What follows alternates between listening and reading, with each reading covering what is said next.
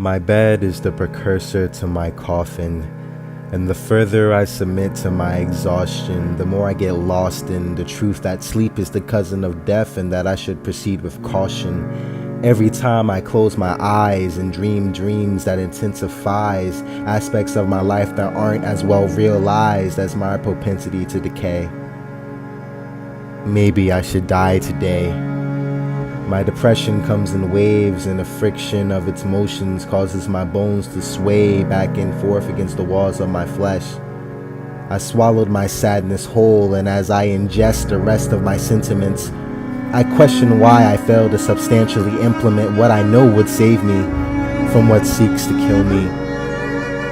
My enemy is in my reflection, and my lack of commitment is the weapon that's pressed against the shell of my soul, and the cartridge in the barrel is hollowed out by the lack of self-control that I have over everything.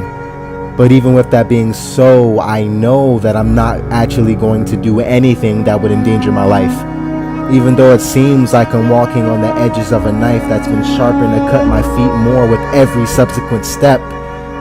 But I'll just dance away the pain and leave the blood trails for review when I later reflect upon how I've done pas de bourrées around the bond that tethers me to my loneliness. Upon writing this, I feel a sense of bliss that isn't plagued by ignorance. I'm too self-conscious to not be honest in my penmanship, but I feel trapped in my head and strapped to my bed because I never want to leave its comfort.